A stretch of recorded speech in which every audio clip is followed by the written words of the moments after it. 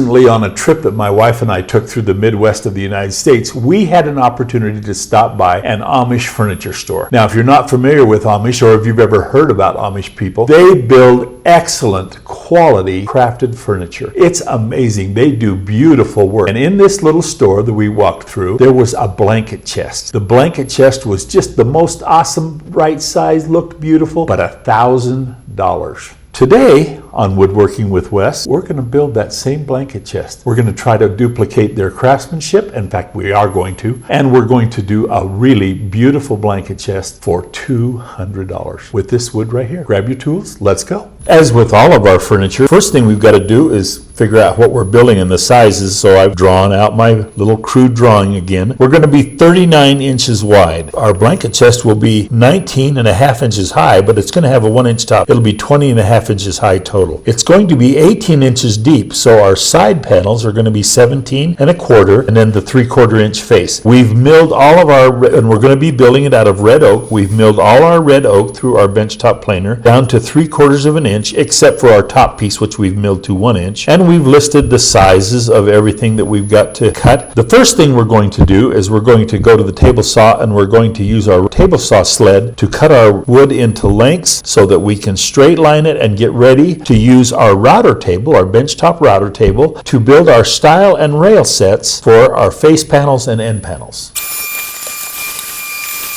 We now have our wood all chunked to length, straight lined, and cut to width. We have all of our stile rail stock over here. My panel stock that I have for the raised panel sections through the middle needed to be glued up. They were not wide. I didn't have wood wide enough, so I had to glue some up. So there's a couple of my panels across the front of the blanket chest glued up. Here's the next one that will be glued up. It just needed a little extra. We decided that while we're working on, or I decided, I should say, while I'm working on the rest, I wanted to glue up the top. So here is our 1-inch stock that we're going to be using for the top of our blanket chest, and we're going to go ahead and get set up, and we're just going to glue this up with bar clamps and set it aside and let it dry while we make our stiles and rails. That's the nice part about gluing things up, is you can set up to glue up and then move on to other things while glue is drying. We won't be using any biscuits or dominoes or anything like that. This is just going to be glued and clamped, but that's all we'll need to do. We've got everything cut about the right size. After we get it all glued and sanded, then we will cut it to size and finish it up as far as the routing and everything that goes. But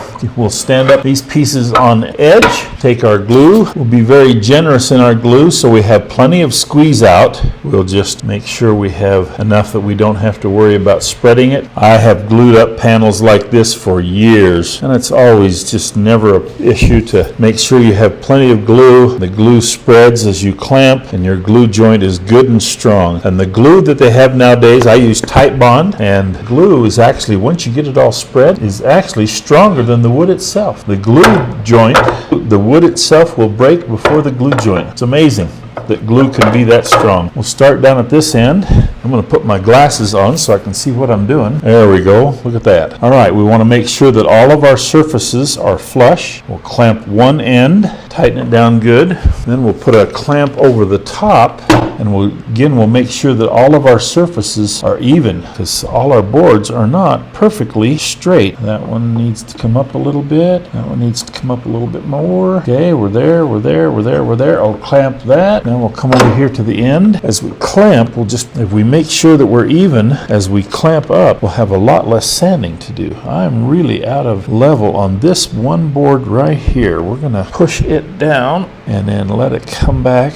I'm making a lot of work out of this, but it's got to be done in order to be a good glue up. Okay, we're doing good there. We're there. Now we got it. We're good. Okay. And as you can see, we have good squeeze out all along our glue lines, which means we have plenty of glue. So we're going to be in good shape when it dries. And we'll leave this in clamp while we go ahead and get all of the stiles and rails done on our router table. We now have our router table all set up with our stile and rail cutters. We're going to be cutting the end pieces to all of our rail stock first. Then after we get done with that, we'll go back and run the stile side, so the groove cut on the stile, when we get all done. We now have the style bit in our stile and rail set all set up in our router table. I ran a practice piece again, and I wanted to show you how this all comes together. This was the rail cut that we've already done. This is now the new stile cut that we're all set up getting ready to make, and we line up the tongue with the groove, and that tells us how high to set our blade. And so we are all set up now, and you'll notice as I set it up, there's just these little teeny tiny feathers. That's what I want. I want just ever so tiny little feathers, top and bottom maybe, and that tells me that I've dialed in right where I want to be. And now we'll go ahead and run all of our stile stock. I don't know how well you can see this, but I want to show you something. There's a chip out here in our bead. There's a chip out here that was left over from when we ran it through on our rail stock. It took a tear out on the end, and when we ran our bead cut, it didn't clean that edge up. I'm going to take this over to my table saw. I'm going to take just a very, very tiny little cut off, or I could take it to a jointer and just take a very, very small edge off with my jointer and come back and rerun it and clean that chip up. Now we took this to our table saw. We've cleaned up this edge, so we now have a nice new clean flat edge. We'll take this back, run it through our stile cutter. We now have a nice, clean, crisp edge on our route after we've cut that little edge off with the table saw, and that's what we want to have when we put our panel together for our blanket chest. We've now completed all of our router table work. You can see that our stiles and rails go together, make a nice joint like that. You noticed as I was running them through the router table that my boards were a little wider than they are right now. It's because I always run them through in pairs, and after I get all done, then I cut them into the width that I need them, and now we have our stiles and rails with router work done and cut to size, and we're ready to now work on the panels. We now have the panels to our front and side panel to our blanket chest. These are the actual raised panel sections of our front and sides. We're going to be putting a scoop detail on our raised panel, and we have a router bit that would do that, but I wanted to do it with a table saw to show you an opportunity to do it a little bit differently, and it also gives a chance for us to make a little thicker panel to have a little more detail in our front and side panels to our blanket chest. Let's get started, watch through how it goes through. We're getting ready to make our final cut. Now we want to end up with 1/4 of an inch on the edge of our lip because that's what goes into our stile and rail. And so I've checked my saw and I've set it there, and we'll go ahead and complete the rest of our cuts the way around, and you can see how that makes such a nice scoop cut. The one thing that it does is it leaves us some sanding, especially on the end grain, and then after we get done doing our scoop cut, that's our next job, is sand, sand, sand. Well, our sanding actually went better than I thought. I started off with my palm sander sanding the edge of my scoop with 80 grit. I went back with 120 grit and did it again, and it just cleaned up so nice that all I'm doing now to finish it off is just taking some 150, which is going to be the grit of our final sand, and I'm just hand sanding that scoop. And the reason I'm hand sanding is more so that I can just make sure that I got all those saw marks out. So it isn't a matter of being the only way to sand it, it's just I wanted to make sure that I had gotten all of those saw marks out. And it came out really easy. I mean, all 5 of those panels only took me about 15 minutes to sand, so just a few minutes each. Then I'm taking my palm sander with 150 paper and sanding the front and back of my panels. So my panels are all now sanded, and let me show you how it goes together. Here's one of our stiles and rails, and you can see how that tongue on our scoop fits right inside our stile and rail, and this is going to be the look of the face of our panel. It's just going to be so good. And then the back of our panel will be recessed by the thickness of the back side of our stile and rail cut. Let's go ahead and put a side panel together and show you.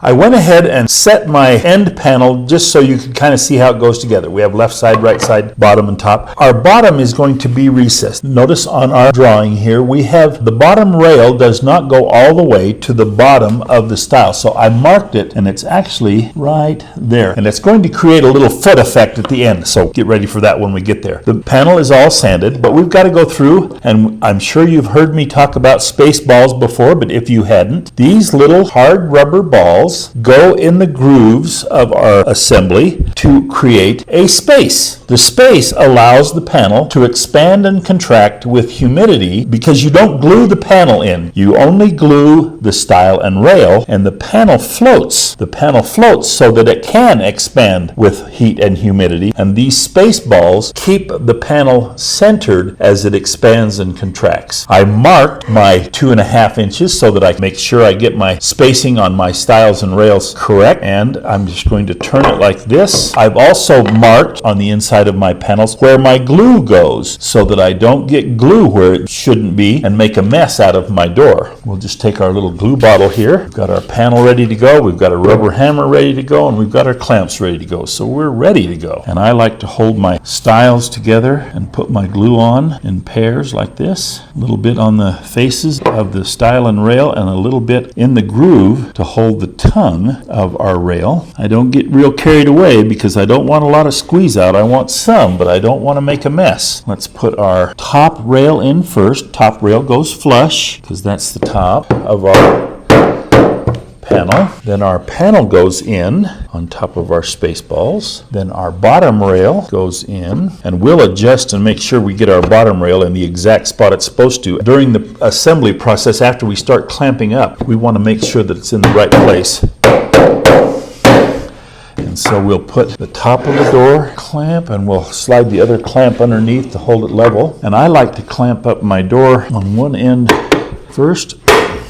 Our stile and rail is holding together just like it's supposed to. That's wonderful. I make sure it's tight down against the clamp. Okay, now here's where our little mark comes into effect, 2.5. We need to move our bottom rail up, and we'll just keep a little bit of pressure on it so it doesn't slide. And there we are right now at our mark. So it went right together like it was supposed to, and we'll just tighten it down. Go back and apply even pressure everywhere. Again, making sure it's tight down against the clamps. And there is one of the end panels. One stile and rail, or one stile is larger than the other. Back, front, we'll get to that when we start assembling the box itself. But there we are, end panel. Let's get the rest of it put together, move on.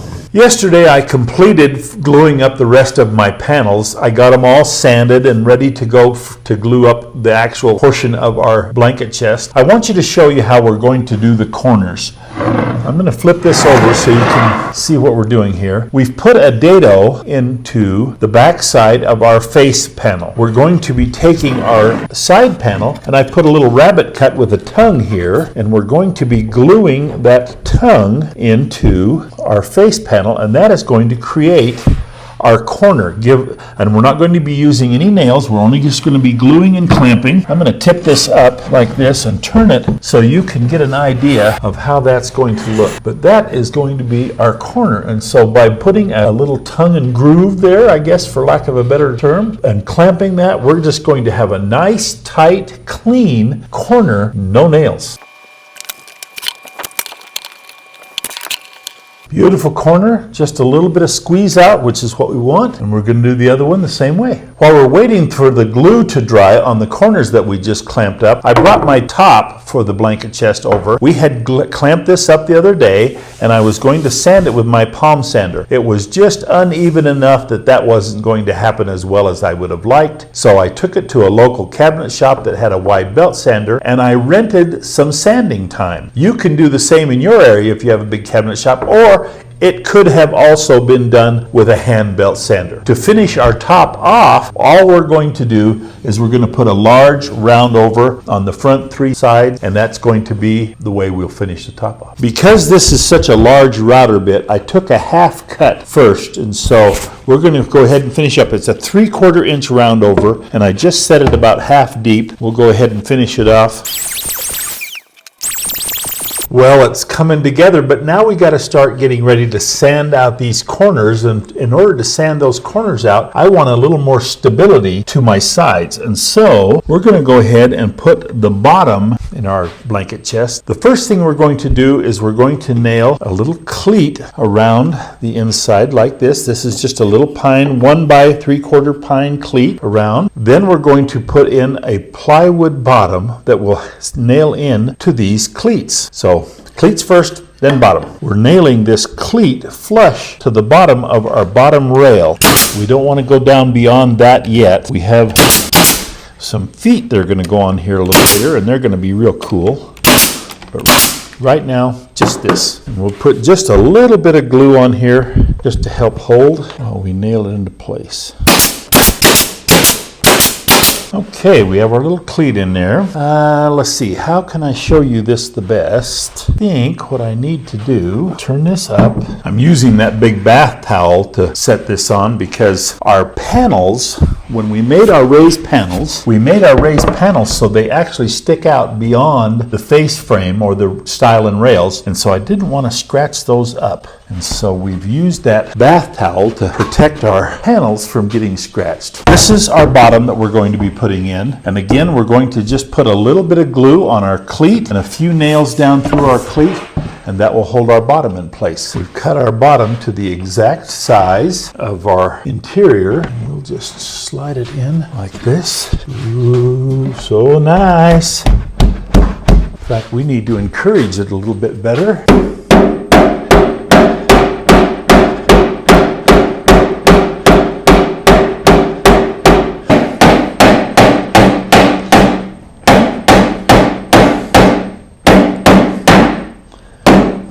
Okay, and we'll just go around and nail this into the cleat. With our bottom in place now, we're strong enough that we can set it on its end and sand our glue joint so that it's nice and flush. When we get it all sanded, we're going to put a little bit of a 1/4 inch round over from about here to here. Well, actually, we're going to line it up with the top and bottom rail. The reason we're not going to go all the way is because we have some detail to add to this. We'll show you that when we get all sanded. Okay, we put a 1/4 inch round over on the front. We're going to go ahead now and do our final sand on this surface. We're going to flip it over and do the same to the other side. But this side is now done. There's going to be some detail, and then our top comes down. That's why we didn't go all the way to the bottom and all the way to the top. We came down 1.5 inches, came up 4.5 inches, but we put a nice round on it so the head doesn't have a sharp corner. With our end panel all sanded to our final sand and our route put on the corner, we're now ready to put the little detail pieces down at the bottom. Basically, feet, and then there's a little piece of molding that goes on it too. Our foot pieces, they're just a little detail. Now I made this, it's 5/8 of an inch thick. I put a rod across the top of it, and I made some decorative cuts on it and sanded it on my edge sander. And then this piece of molding, we'll cut a piece to length. This piece of molding will go right here, and that creates our detail, and it'll go around the corner. So let's go ahead. First off, we'll nail these pieces on, and we're just going to put a little bit of glue and use some 23 gauge headless pins. And we don't want to put a lot of glue on because we don't want to have any squeeze out on this. This is going to be no place to try to have to clean anything up.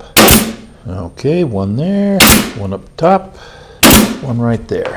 I'm going to spread a little here so I can see more where I want it to have it, and then just a little across the top like that. Like I say, we don't want a lot of glue. We just really want to be very sparingly on our application of glue just because we don't want to have any squeeze out. And we want to be flush with the bottom, the legs. Now you remember we made the legs on our stile and rail, we made our legs long. Those legs now, those long pieces, are now acting as a support for our little corner feet. Now let's go to the saw. We want to cut a piece here, and we're 17 3/4 of an inch from front to back. Here's our little piece of decorative molding, and we're going to use our miter sled to cut our 17 3/4.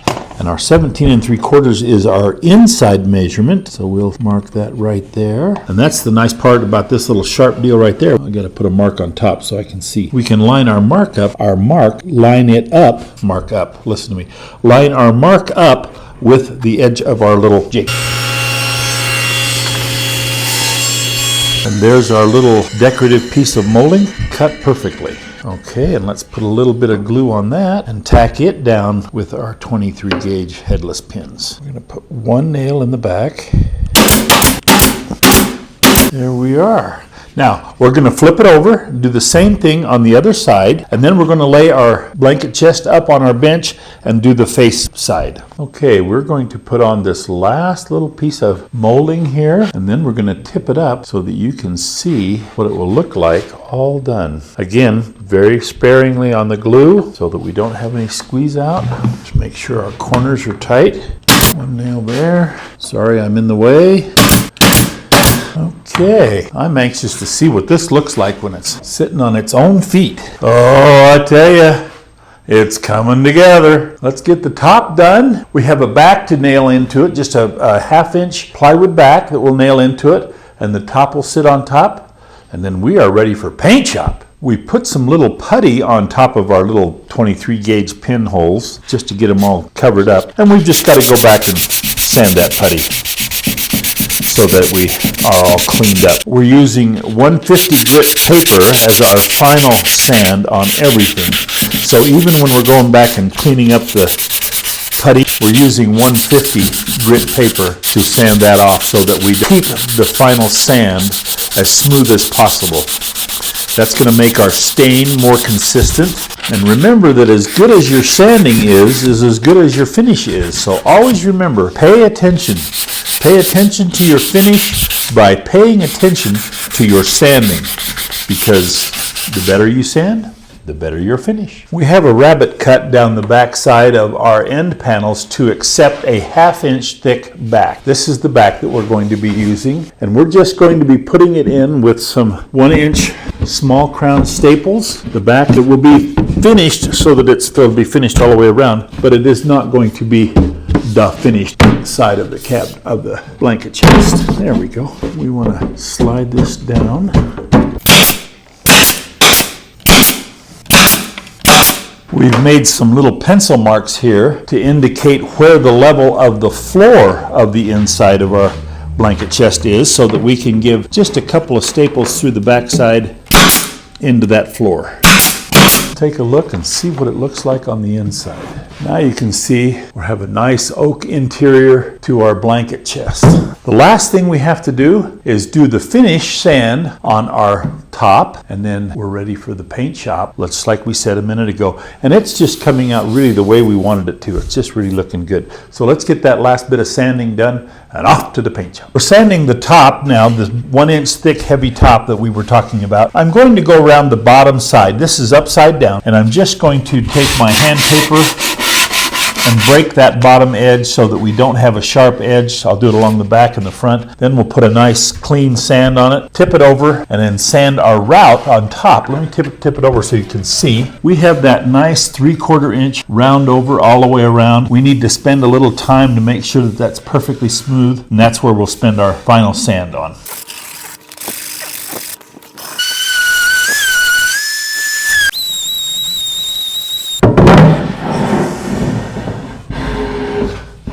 Okay, let's see where it looks like right about there. It is. That's how it'll look. For our stain color today, for our blanket chest, we're going to be using Sherwood wiping stain, and the color is Library Oak, and it's just a stock color that they have. We're going to wipe on and wipe off, just like the instructions tell us to do. I always have a little brush when I get doing something like this so that I can get into the tight spaces and make sure I get plenty of stain. Take our brush again and we'll go around the panel so that we can get down in the seams of our stile and rail set and make sure we get plenty of stain in there. This is really a pretty color that brings out the real grain of the wood. Oak has a beautiful grain. It's always been a very popular wood, and the right color of stain on it can really make it look nice. Anyway, I'll just keep working and you can watch as I go. Oh, that looks good. All right, we'll start on the other side, do the same thing.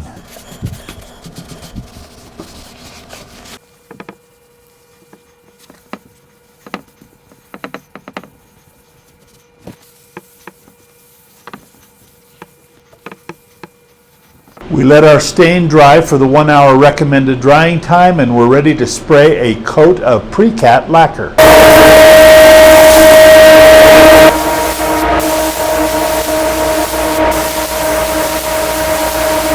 Well, we finished our little blanket chest. It looks really nice, and that stain that we chose really highlights that oak grain. We went back, we looked at our picture of the Amish chest that we were copying. Some of the detail that we put on this is detail that we were inspired by on our Amish piece. It's really made a nice looking blanket chest, and it would look great in anyone's home, mine included. It's been fun to build, and I'll bet you could build one too on Woodworking with Wes.